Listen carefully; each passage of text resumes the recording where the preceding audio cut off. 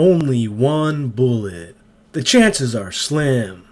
Okay, guys, so the reason I started out with that is because a lot of you who have been playing Pinball Noir have been telling me like how annoying that voiceover is, and I can kind of see that too, right? The chances are slim. Only one bullet. It does get very repetitive, but I definitely wanted to bring that up because when Krobs mentioned it in the comments, I thought the same thing. I usually don't mind things like that, but sometimes when a table is saying the same thing over again, it just feels repetitive that way. But now that that's out of the way, let's go into week 5. We're on our 5th Zen Original, going on to our 5th. So we've already done a good amount of Zen Originals, so we already have like a taste of them. But as we continue on for this week, we're going to be doing Deep, what is it called again? Secrets of the Deep, which is actually an older table than Sorcerer's Lair. So it came out in October of 2010, so a year earlier before Sorcerer's Lair, and it was released with the launch of Pinball FX 2. Part of the core collection. So that's pretty interesting to me because I always thought Sorcerer's Lair was like the oldest Zen original, but this one is even older.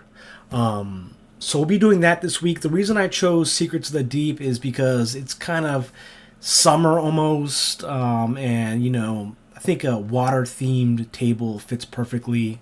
I was gonna do Wrath of the Elder Gods, but we've already done that a few times, especially on Pinball M, so it didn't make any sense to do right now.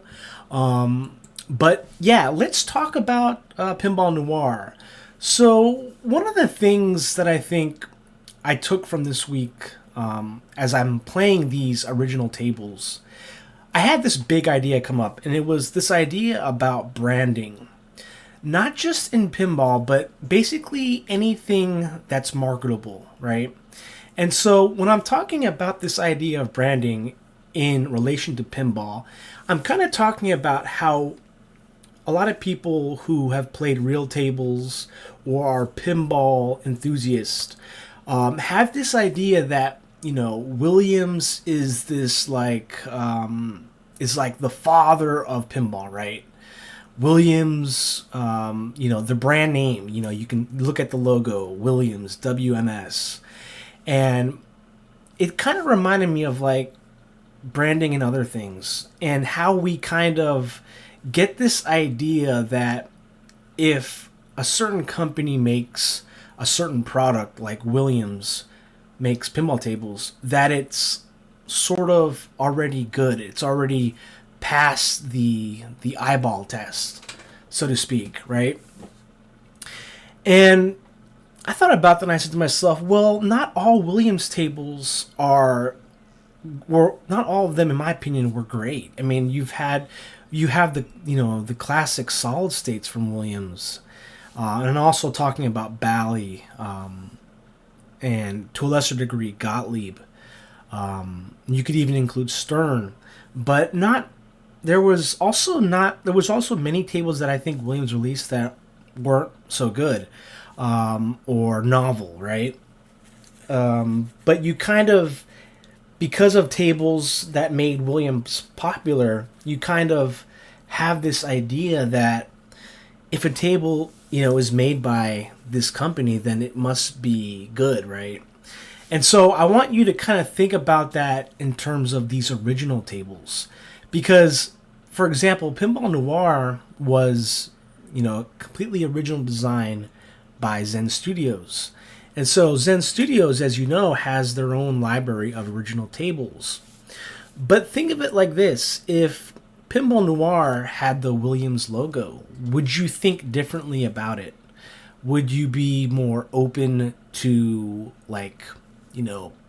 playing it more, or would you just imagine it if it was a Williams table, right? Like Pinball Noir by Williams, released in what? Let's just make up a date, 1996, right? And I thought to myself, well, maybe yes and no. I think I would probably be more like biased towards it because I love Williams tables. And so I think there's something to be said there when you're talking about branding, right? Because sometimes with branding, like let's just say Nike, right? You pay the extra price for this product, and sometimes you can find another brand that is not as expensive but does the same thing, and so that's kind of how I think about the difference between original tables and like ones from like Williams. Williams had a head start, right? They were building pinball tables before digital pinball was a thing. And so a lot of the times you're going to look at Williams tables and kind of look to them as like the starting point. But yeah, just, Pinball Noir is a really cool, talking about just the theme now, is that Pinball Noir was based loosely on a movie called The Maltese Falcon. And I've never seen it, but it's from 1941. I was thinking about doing a pinball in a movie for it, but I felt like since, we just covered the table, it might not be good to do right away. So I might do it later. But it is based on that movie from the early 40s. And pinball, the term noir is a genre talking about film. Movies, black and white films from the 40s and 50s with dark undertones, usually about fiction or crime in city life. So I'm not really too familiar with American film noir, but you can kind of think about how film noir, not just film noir, but like how noir has kind of brought itself into video games and other kind of cinema, right? Like I think, was it Sin City was like a kind of like a tribute to the classic film noir movies. I remember that was with from 2005 with Bruce Willis. So kind of think about that. You also have like noir video games like Max Payne, and then you have like these mobster type games, and then think of pinball tables that have also been kind of based on like this noir theme. Kingpin from Capcom, we talked about. What else is like other like, trying to think of a mafia. Even Big House from Gottlieb kind of has that noir theme a little bit. Even The Shadow, Urkel was bringing up The Shadow from 1994, kind of like a noir pinball theme. So there's been quite a few, not too many. Of course, you have Whodunit from Bally, right? That's probably like the most popular one. So yeah, maybe you guys might be familiar with the genre or have some like favorite noir films that you can talk about, but I'm not really, too familiar with them. So we've got that. We've talked about how branding kind of affects pinball as well. When you have like a really big name brand out there, your kind of perception of it changes. And I think sometimes we kind of think about original tables as being lesser than Williams because they're not like based on real physical machines, but they're really sometimes just as good or even better as some of the Williams machines, right? And the thing to remember too is that with these original designs, you have designers as well. So Secrets of the Deep was designed by someone named Zoltan Vari. And Zoltan Vari also designed a Pinball Noir. So you have, a designer, much like real tables, that have their own ways of designing their own tables, right? And so when we're looking at this, the table itself from a design, you have a really cool mechanic with this chamber lock in the middle that rotates. Just like a chamber, right? Like a chamber that you'd have in a gun, right? You also have an extra third flipper on the left. You have these really cool ramps. You even have a magnet save, which I was able to use to save from straight down the middle drains. So that was pretty cool. I didn't play enough to get to the video modes, but you also have these cool stand-up targets during multi-ball of these like mobster villains that you have to knock down to get the jackpot, which I really like. You also have like these little side missions where you have to find like the gangster in that hotel, right?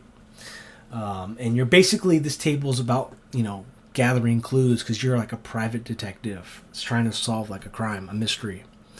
And this table is definitely noir flavored with black and white. You know, much like the movies that this table is based on. So I thought that was interesting. And they have the red flashers, which really stand out against the black and white. So I understand why they went with that. You also have a lot of diverters on this table. Diverters basically change their direction kind of randomly depending on how hard you hit it. So yeah, that's pretty much everything I wanted to say about this table. I played it. I used my 10 attempts kind of fast. I found out that I got the most points by multi-ball was one of them. Kind of easy to get, multi-ball started, but the jackpot was kind of hard to make. I found out that a lot of points can be earned from that shadow mission where you're hitting the left and right orbits. You can get a lot of points that way. Multi-ball for sure, the jackpots. You also have a cool mechanic with the rotating, the roto spinner with the rotating picture of that woman. Then you have to hit one of those targets. But it's a dangerous shot, so I never really took it. You've got nice ornaments around the table. You have like these, these classic rotating phones. And you have pretty good music, aside from the annoying voiceovers. It's a decent table, but it seems pretty difficult. I mean, because I haven't been to apparently this table has a wizard mode called the Raid, and I've never gotten to it, but even the modes themselves can be quite difficult. So definitely a table that you can play a lot of, and I definitely got a lot more out of it. So yeah, that's pretty much everything I wanted to say about this table. We had a closed tournament, so we had 10 people join, and congratulations to first place Gatvic with 48 million points to take first place. And I'm glad that Gatvic took first because King Balchi has been in first for quite a while now, and King Balchi came close. Look, 47 million points, very close to Gatvic there. Congratulations to King Balchi for second, but his reign of terror is over now, right? So congratulations to Gatvic for first and taking Balchi's spot. Balchi has been doing really good. I think he got like 1 billion points on a Grimtails tournament. And so I don't know if anyone beat him there yet. I have to check. Is it over? Is it still going? Third place, we have UTD 4000 with 31 million points. Congratulations to UTD 4000. I came in fourth place with 27 million points. I really wanted to beat King Balchi, but I could not do it. I only had 10 attempts, and I used them kind of fast. Underneath me, we have my friend Urko, 1945, with 26 million. We came pretty close here as well. In terms of scores, like 1 million point differential there. Sixth place, Bad Jack Daniels with 14 million points. In seventh place, only one bullet with 8 million points. Okay, I have my hunch. I think only one bullet is Krabs. Or if it's not Krabs, I'm still thinking it's Balchi, but I'm thinking it could be Krabs since Krabs kind of mentioned that that voice line. So I don't know. I feel like I'm solving a mystery though, just like Pinball Noir. Eighth place we have Carpy with 6 million points. Underneath him, Wombat in a Hat in ninth with 4 million, and in 10th place we have Genuines with 1 million points. So thank you to everyone who joined in Pinball Noir. We are now going to create a tournament on Secrets of the Deep. Oops. Always a little original. Oh, okay. Secrets of the Deep. Here we go. How do we tournaments? We have to create them, right? Is that how we do? Tables. Tables. How do we create tournament? Like, I feel like I almost sometimes. Wait, here it is. Okay, we have to go here, right? Okay. Create. There it is. Okay, Secrets of the Deep. So this will be an open tournament. One ball, unlimited players, unlimited attempts, and we got 6 days. 6 days, unlimited attempts, unlimited players, one ball, public. Let's go. So the ID will be showing up shortly right here. And I'll give my first go here. So good luck, everyone. And happy Mother's Day, by the way, to people who celebrate it in the U.S. Wait a minute. Oh, my gosh. Hold up now. I hope I didn't create a Sorcerer tournament. Maybe I just clicked it wrong. Wait, hold up now. Oh, here it is. Okay. Ooh, that scared me. All right. Cool table. I've always liked looking at like marine life from like the deep because they look so different, right? With the pressure of the water and like how cold it is. You have like they've adapted so well, right? So okay, launch the ball.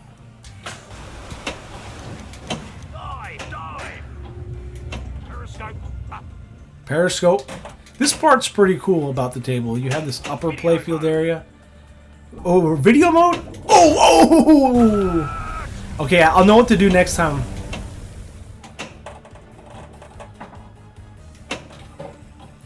Periscope. This is awesome. See, this is something that I could see like Williams making, right? Like, plus you have the ball on the chain, which is reminiscent of Junkyard. And a lot of times these tables are kind of based on things that you find on Williams tables. Drop targets here. Got a decent ball save.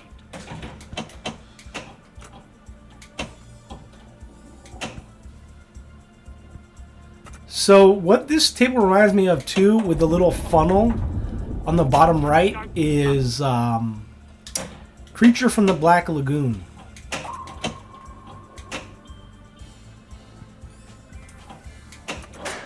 Oh no. What are we doing here? One more drop target here. Is there a magnet safe on this table? Oh no! Oh wait! Wait, what was... Okay, I thought the ball was saved. Well, guys, that wasn't a good score, but I'm going to keep it here because there's unlimited attempts, so I can try definitely before the tournament ends. So I hope you guys enjoyed. Thanks for watching, and I'll catch you in the next video. Take care.